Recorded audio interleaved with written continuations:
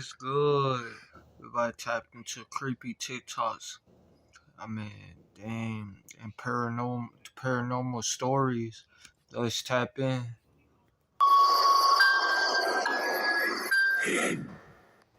So this is a story that literally started it all. This is the reason why I talk about all the crazy things that I talk about on here. When I was about 6 or 7 years old, my grandmother sent me to the store to buy some butter.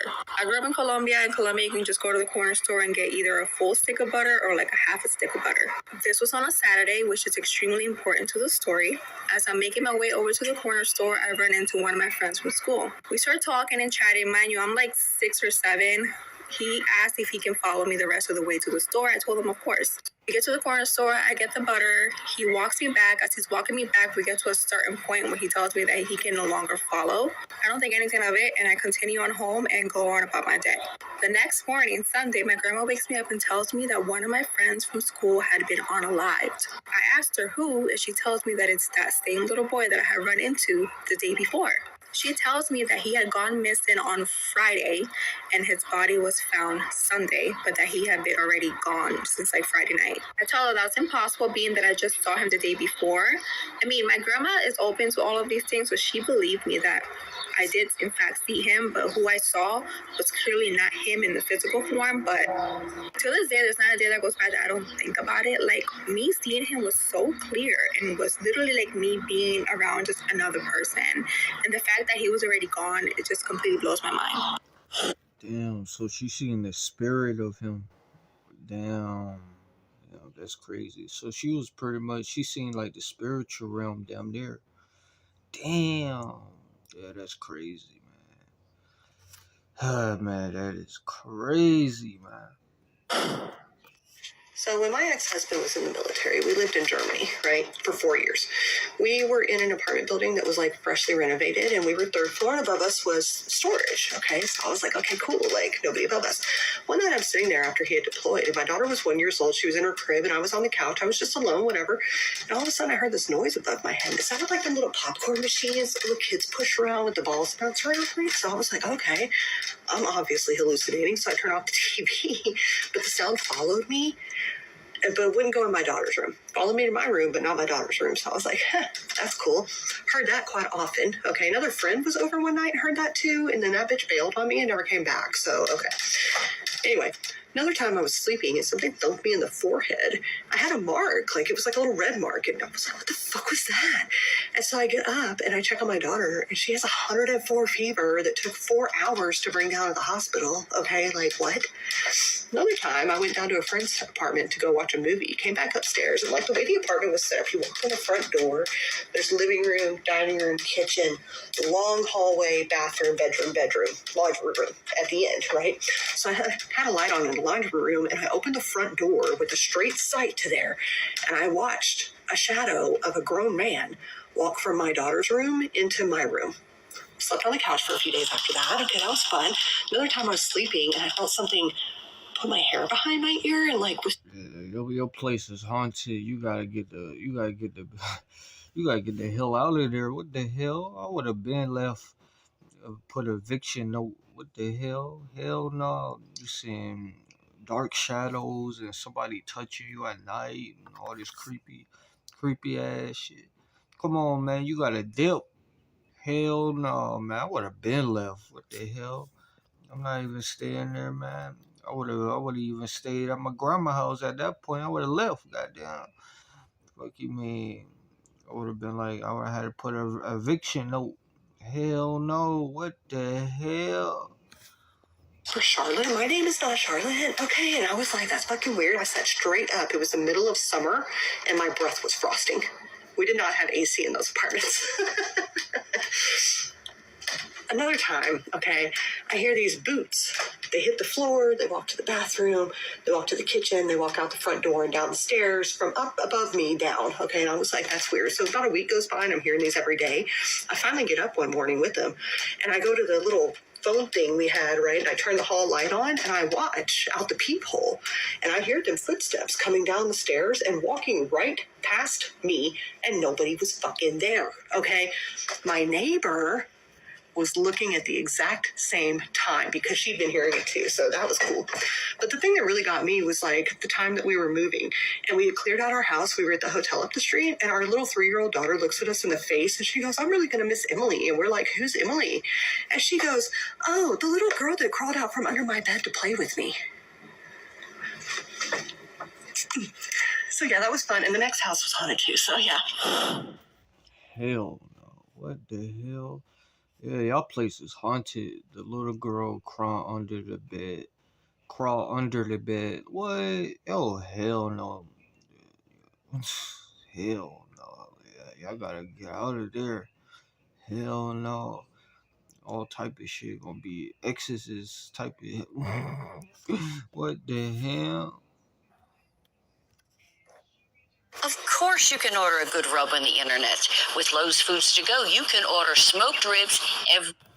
This is my third attempt at trying to make this video, and either it gets deleted or like the sound doesn't work, like weird glitches are happening. I don't know why. So I'm gonna try this again. So when I moved to Indiana with my family, I was about 8 years old. We moved into a house in a town called Sweetser. And prior to this, like I didn't know that, like, I mean, I believe in ghosts now, but like at the time I didn't think ghosts were real. I thought it was just stuff in movies. Very religious family. So I was always told when you die, you go to heaven or hell, and that's it. So we moved to this house and it started off with like, I would maybe hear somebody walking around upstairs where me and my brother's rooms were. I would see like shadows moving on the wall. As I got older, I always heard a child crying in this one specific corner of my bedroom, like on the opposite side of where my bed was at. Every night I would hear a child crying. I would turn my music up all the way up as loud as it would go because I knew I was going to hear it, and it always scared me. But I think two of the more disturbing things that happened at this house actually happened to my little brother, and then after that, my dad. It was a lot more intense than anything I had experienced in terms of that sort of thing. So one night I was staying the night with my grandparents. They lived in the same town, just like on the other side of town. And my parents knew that I was going. Like, it had already been planned that I was going to stay with them that weekend, and my brother was going to stay at home because he was younger than me. And we just, siblings sometimes need space from each other, I guess. So my parents are in the room, which is on the ground floor of the house on the opposite side of where the staircase was that led up to me and my brother's room. And so they're in their bedroom, they're watching TV, whatever. They hear my brother start yelling from upstairs. And they're, wondering maybe he's playing. Is he being really loud? What's going on? So he busts into my parents' bedroom and he's crying, he's yelling, he's like really upset. And he says, "Katie won't stop trying to scare me. Can you please tell her to leave me alone?" Now, my parents know that I'm not home. So they kind of look at each other and they look at my brother and they're like, "What do you mean Katie's trying to scare you? Like, what do you mean by that?" Because they didn't want to tell him I wasn't home because they wanted to hear what he had to say first. So they didn't freak him out. And he said, "Katie keeps coming into the hallway with her blanket over her head and she keeps staring at me. And every time I tell her to stop, she just keeps staring. And then she'll walk back into her bedroom, she'll come back out and she'll just keep staring." And this freaked my parents out because up until this point, I was the one that spoke up about it the most. Sometimes my brother would say things, but we were always told it was our imagination, that we were seeing things, hearing things, whatever. So this did freak him out. And my dad told me about it when I came home. And of course, Yeah, man, they try to do that because they don't want you to get spooked out. And, oh, it's just your imagination. Oh, you're just seeing shit. It's just all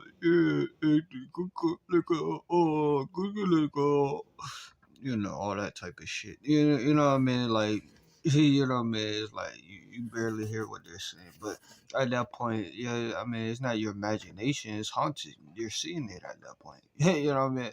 The only solution is you got to get the hell out of there. You know what I mean? That's the main solution. You know what I mean? Yeah, but on a serious note, like, I hate when people do that. Like, they try to say like shit like that, but the reality is like, nah, that's not gonna cut it. You gotta dip. You feel what I'm saying? Like, nah, man. people can see stuff. They can see the spiritual realm, spirits and all that. People's powerful, man. They can see stuff. Especially you seeing all that where you living at. Yeah, it's haunted, man. It's real haunted. I was like, why would you tell me that? I sleep in that room. So then fast forward, keep in mind that my brother saw my face, me. So fast forward to a few years from now, we're about to move out of this house. I think this was in like maybe the last month that we lived there that this happened. So my brother was sleeping in my room with me because he always said he was terrified of stuff in his closet. He heard things in his closet, which that's creepy enough as it is.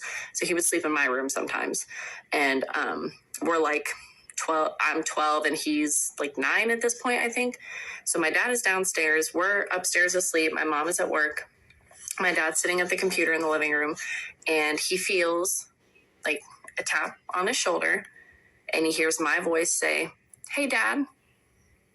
And he turns around. He's like, "Yeah, what's up?" Didn't think anything of it. And he turns around. There's nothing there.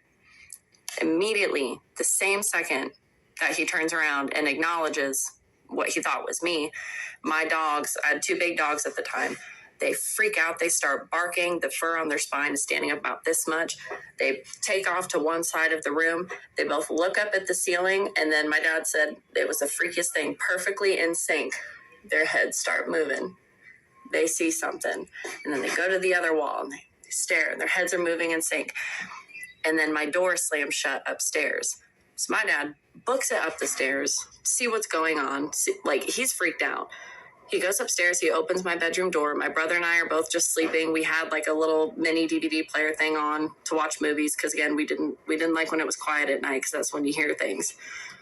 So he takes one of my boxes of stuff that was packed up for the move.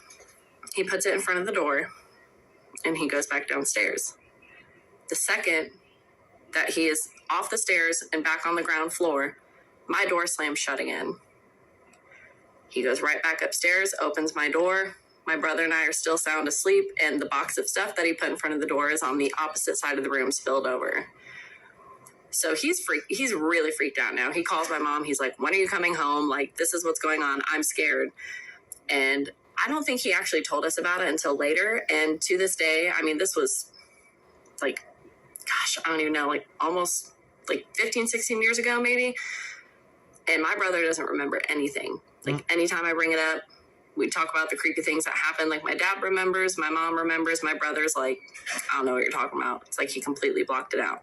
But I think what sounds unbelievable, like when I talk to people about this, is like, I was young, my brother was young. They're like, maybe it was your imagination. Maybe you were like... Yeah, that's what people gonna think. They're gonna think it's your imagination, but if other people seen it too, like, it's not your imagination. You know what I mean? The proof is in the pudding. You know what I mean? Like, you got the proof right there. I mean, I feel like a lot of this stuff exists. It's just, a lot of people, they try to paint the picture. Oh, it doesn't, but a lot of this stuff does exist. The spirits and all that, because we all spirits. You know what I mean? We all got a soul. So I mean, all this stuff gotta exist. You know what I mean? Like, that's what I'm saying. But the more and more you talk about it, it's like, "Oh, you too busy on powder." You know what I mean? You gotta get off that white stuff. You know what I mean?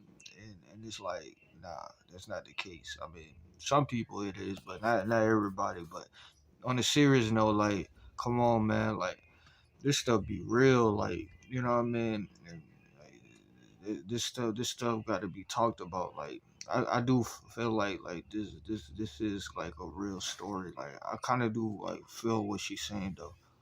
On a serious note, processing trauma and whatever. But what makes me question it now is, like, my brother saw my face, my dad heard my voice, and the more I learn about different supernatural things, the more it freaks me out because of, mimics. And yeah, so it just freaks me out. Once we moved out of the house, nothing happened at our new house. nothing's really happened actually to any of us since then. The house I live in now, sometimes I think I see stuff out of the corner of my eye. I might see shadows move around, but nothing that makes me feel unsafe. Nothing that seems to have like a negative presence. So I don't really think anything of it. But yeah, that to this day, anytime I think about that house, it gives me chills. And I don't know. I think I try to talk about it to people I trust, but people kind of look at me like I'm crazy. So I'm intrigued to see what you guys think about it. This is not so much ghost story as it is paranormal. And is it really paranormal or just something going on with my own mind? I'll tell the story. You can decide for yourself. This goes back to when I was in my 20s, back in the early 1980s. And a bunch of us young, hard-working guys decided that we wanted to go out and have a party on a Saturday night. Now, we were a pretty responsible group of guys, so we picked out ourselves a designated driver, and we set it up so that he'd take care of everything, and the rest of us were good to go. So we went down to our bar, and we proceeded to do just that. Well, pretty deep into the party, there was an emergency call came into the bar, and our designated driver had to leave. It was a serious emergency. I don't remember what, but there was no getting around it. So he had to leave, which left the rest of us in a pretty stuck position because this was before there was Uber, and in this particularly rural town that I was in, there was no taxi service. So some of the guys were able to find their way home, me not so much. And I made a bad decision. I thought I could make it. It was probably only a 3 to 5 mile drive from that bar to where I lived. Got in the car, started driving home, and sure enough, I passed out behind the wheel. And I was awakened shortly thereafter by the blaring of horns, and I mean very big horns, and I woke up and I am getting ready to dead center punch an 18-wheeler. Now, my hands were at about 10 and 2. Horns, what the hell? You know what I mean? What did you see? A demon? What the hell? You know what I mean? Like, what horns? What the hell is that? You know what I mean? You know what I mean? Damn, these people be seeing all type of creepy ass. Excuse me, my hands were probably about 1 and 3. I tried to turn the wheel to avoid the collision, and that steering wheel would not turn. And I looked down there, and in between my hands was another set of hands that were not mine.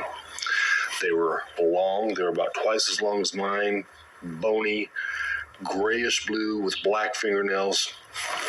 They looked like those Halloween gloves that you can buy at Spirit Halloween. They looked just exactly like that, but they were on that steering wheel. And the part that I've never got over is if those hands were on that steering wheel, where was the rest of the body? I couldn't see that. So I try and turn this wheel, it will not move.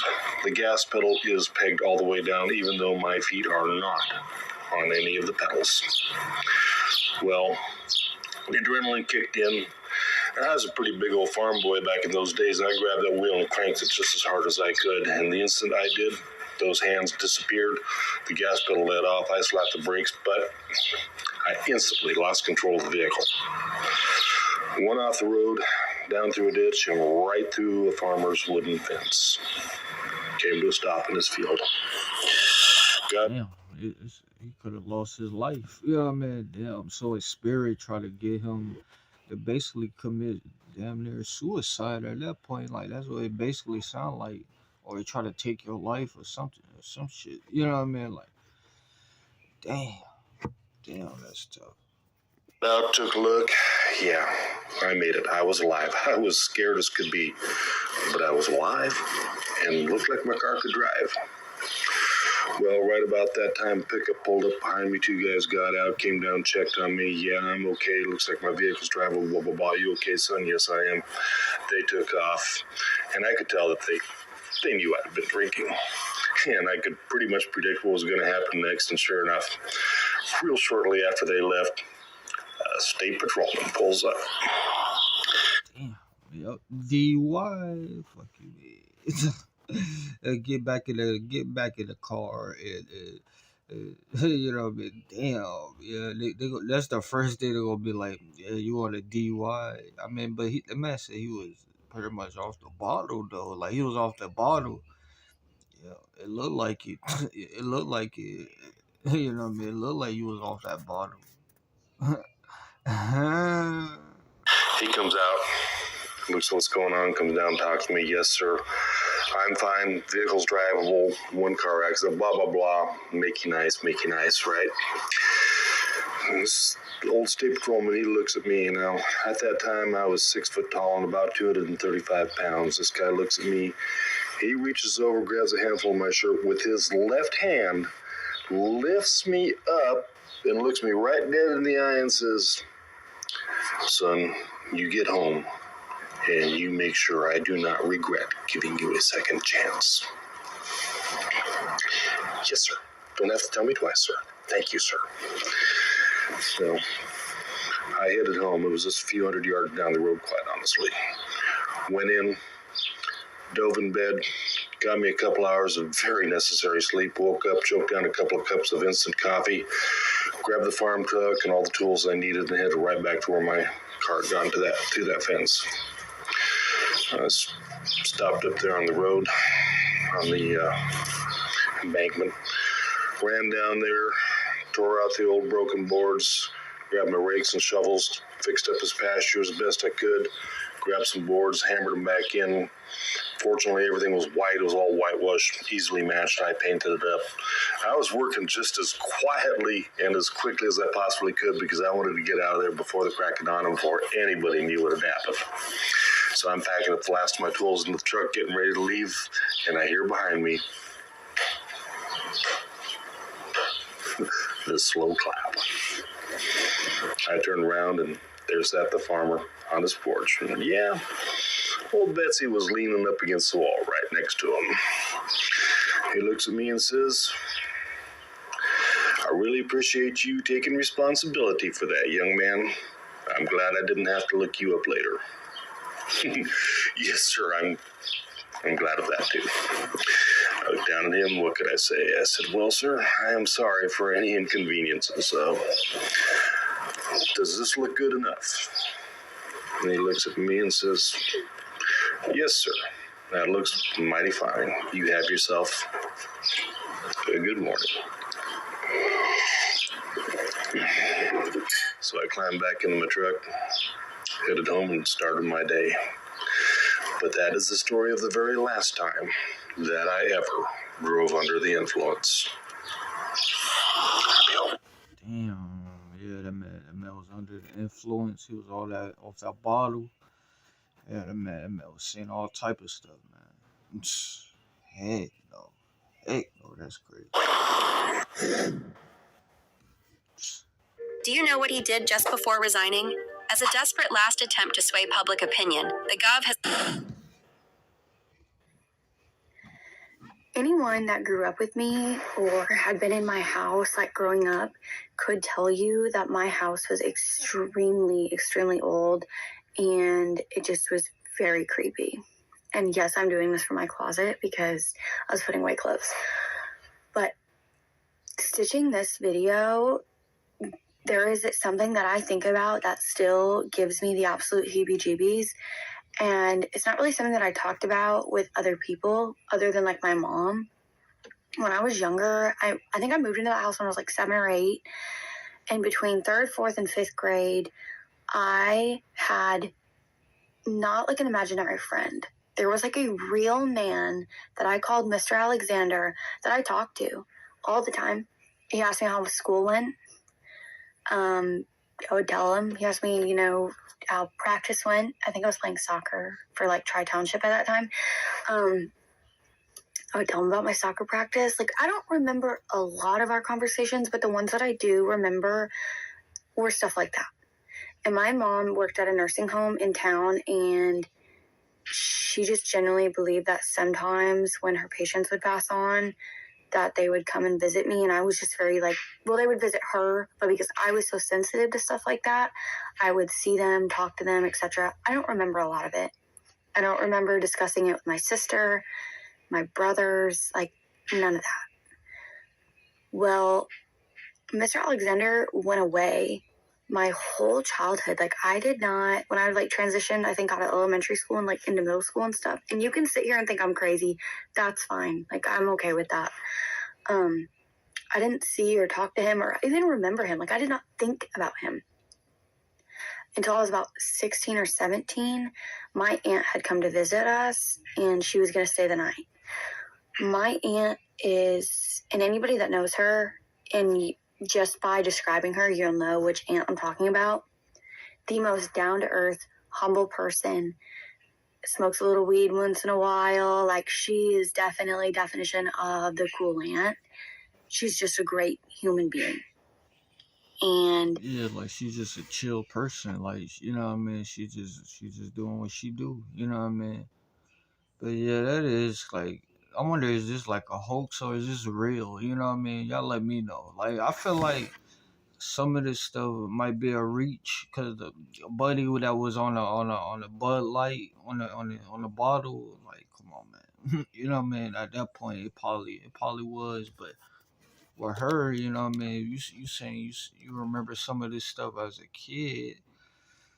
Dang, that's crazy. But I mean, it might be a hoax. she's never really been mad at me. I think one time I can think of her being mad at me, and this is the other time that I'm about to talk about 6:30, 7 o'clock. I have never in my life experienced anything like this with her. She was like jabbing me. Like I'm talking full on, get up, wake up, super upset with me. I'm half awake. I look up like, what is going on? She said, I'm very disappointed in you. You know, I'm young. I've been there, done that. But you need to go speak to your mom and apologize and tell her. And I'm like, what? Like, what are you talking about?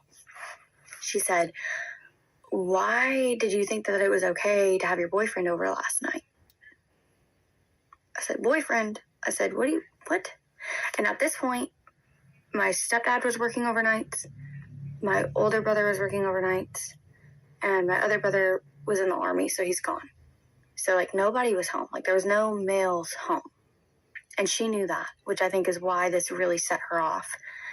She said, well, there's no way, even if one of them came home, it wasn't them, because this man was very, very tall. And my boyfriend at the time was over 6 foot, and my stepdad and brothers were not. She was like, well, it was definitely him, because he's tall, and he had the exact same build. And I'm like, still half asleep, like very upset because she's basically yelling at me and she's never yelled at me before. I'm like, no, he had a wrestling tournament a couple towns over. I don't know what you're talking about. By this time, we have made it out to like the dining room and my mom's up now and she's telling my mom, like, you know, you need to tell your mom, like you had a guy over last night. I'm like, I don't. Stop. Like, I'm getting upset. She's getting more upset. My mom's like, calm down. Like, calm down. She's like, I don't think Autumn's lying. Like, I genuinely think he had a wrestling tournament out of town. I can always look on the school webpage and see, like, what their schedule is like. But I'm pretty sure I seen it on Facebook that they were going out of town this week. So I'm like, I told you I'm not lying. Like, I told you that. And my aunt was... everything in her, you could tell that she had definitely seen a man. Like, she was not lying about that because this is something that really upset her. She proceeds to describe this man, and yeah, she probably has some psychic ability or something. See what I mean? Like, what? Yeah, man. So she could actually probably channel or something. You know what I mean? That's dang. You know what I mean? She probably could tell you in the future, probably. You know what I mean? Mom right away was like, oh, I know who that is. And I'm like, what? Like, what? So here y'all are mad at me and you know who that is? And my mom was like, yeah, she's describing to you Mr. Alexander. And it was like my stomach dropped. Every hair on my body went up. I thought I was going to throw up. I hadn't thought about seeing that man, nothing in years. So I'm not really sure why all of a sudden he just kind of like popped back in just to check it out, I guess. I don't know. But I've never seen my aunt like that. And she really did see this man, and after she described him and kind of like what had happened, so my aunt was sleeping on the couch and I was sleeping on my bed, and I had a couch in my room, and she said this man kind of like walked by but was at the end of the couch near her feet, and kind of like, oh, she's awake, she's seen me, and then just kind of like skedaddled, basically, like turned around and like walked out. And that's why she thought it was like somebody that it wasn't supposed to be, like my boyfriend, because it was like, oh no, I got caught. I swear to y'all, I've never seen her like that. And I know for a fact that she's seen this guy. I know that.